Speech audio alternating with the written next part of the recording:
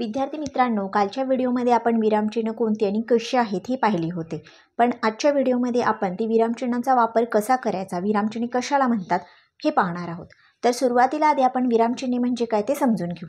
विरामचिन्हे म्हणजे वाचताना वाक्य कोठे संपते, प्रश्न कोठे आहे, उद्गार कोणता, वाक्यात कोठे किती थांबावे हे समजण्यासाठी जी चिन्हे वापरली जातात त्यांना विरामचिन्ह म्हणतात. पहिले विरामचिन्ह आहे ते म्हणजे पूर्णविराम. पूर्णविराम वाक्य पूर्ण झाले हे दर्शविण्यास वाक्याच्या शेवटी असा एक टिंब देतात, त्याला पूर्णविराम म्हणतात. आता आपण उदाहरणे पाहू. मुले परत निघाली. वाक्य पूर्ण झालेले आहे, आपण इथे पूर्णविराम देऊ. आई एकदम चकित झाली.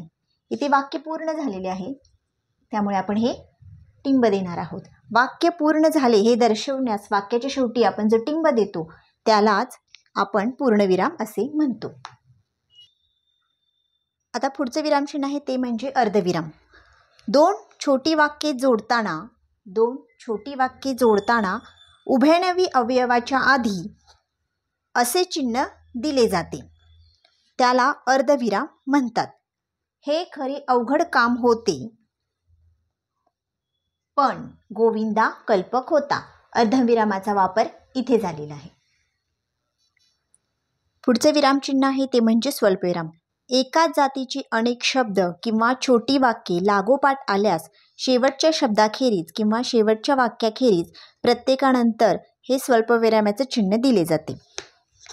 उदाहरण बघा. तांदूळ, गहू, ज्वारी, बाजरी ही एकाच जातीचे अनेक शब्द आहेत, त्यामुळे आपण तांदूळ नंतर स्वल्पविराम, गहू नंतर स्वल्पविराम, ज्वारी नंतर स्वल्पविराम, ही तृणधान्ये आहेत, अशा पद्धतीने आपण स्वल्पविराम या विरामचिन्हाचा वापर करतो. अपूर्णविराम. वाक्याच्या शेवटी तपशील द्यायचा असल्यास अपूर्णविराम हे चिन्ह वापरतात. उदाहरण बघा. पुढील पर्याय क्रमांक चौकटीत लिहा. या ठिकाणी अपूर्णविराम या चिन्हाचा वापर झालेला आहे. प्रश्नचिन्ह. प्रश्नार्थक वाक्याच्या शेवटी प्रश्नचिन्ह दिले जाते. उदाहरणार्थ, त्याने काय केले. इथे हा प्रश्न आहे, त्यामुळे या ठिकाणी या चिन्हाचा वापर होतो. बदकाचा रंग कसा असतो. या ठिकाणी आपण प्रश्न विचारलेला आहे, त्यामुळे या ठिकाणी प्रश्नार्थक या चिन्हाचा प्रश्नचिन्ह या चिन्हाचा वापर होतो. उद्गार चिन्ह. उद्गारार्थी शब्द किंवा वाक्याच्या शेवटी असे उद्गार चिन्ह दिले जाते. उदाहरणार्थ, शाब्बास या ठिकाणी उद्गार चिन्हाचा वापर झालाय, कारण हे आपल्या तोंडून निघालेले उद्गार आहेत. शाब्बास, उत्तम गुण मिळवलेस. अवतरण चिन्ह. अवतरण चिन्ह हे दोन प्रकारचे असते, एकेरी अवतरण चिन्ह आणि दुहेरी अवतरण चिन्ह. तर एकेरी अवतरण चिन्ह म्हणजे लेखनात एखादे सुभाषित, उक्ती, म्हण देताना अथवा एखाद्या शब्दावर जोर द्यायचे असेल किंवा एखाद्याचे पुस्तकाचे नाव देताना हे एकेरी अवतरण चिन्ह वापरले जाते. उदाहरणार्थ, जय जवान जय किसान ही घोषणा शास्त्रींनी दिली, इथे एकेरी अवतरण चिन्हाचा वापर झालेले आहे. आता दुहेरी अवतरण चिन्ह. बोलणाऱ्याच्या तोंडचे शब्द दाखविताना असे चिन्ह वापरले जाते.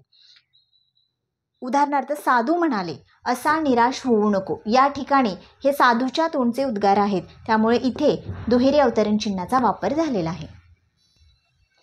संयोग चिन्ह. दोन शब्द जोडताना अथवा ओळीच्या शेवटी शब्द अपुरा राहिल्यास संयोग चिन्हाचा वापर केला जातो. उदाहरणार्थ, प्रेम, विवाह या दोघांच्या मध्ये आपण संयोग चिन्हाचा वापर केलेला आहे. 2, 3 या दोन शब्दांच्या मध्ये आपण इथे संयोग चिन्हाचा वापर केला आहे. अपसारण चिन्ह. बोलता बोलता विचार खंडित झाल्यास किंवा स्पष्टीकरण धावायचे झाल्यास असे चिन्ह दिले जाते. अपसारण चिन्ह. उदाहरणार्थ, मला ते पाहायचं होतं, पण इथे आपले वाक्य खंडित झाले आहे, त्यामुळे इथे अपसारण चिन्हाचा वापर झालेला आहे. अशा प्रकारे विरामचिन्हांचा वापर वेगवेगळ्या ठिकाणी वाक्यात केला जातो. व्हिडिओ आवडल्यास लाईक करा, शेअर करा आणि फॉलो करा.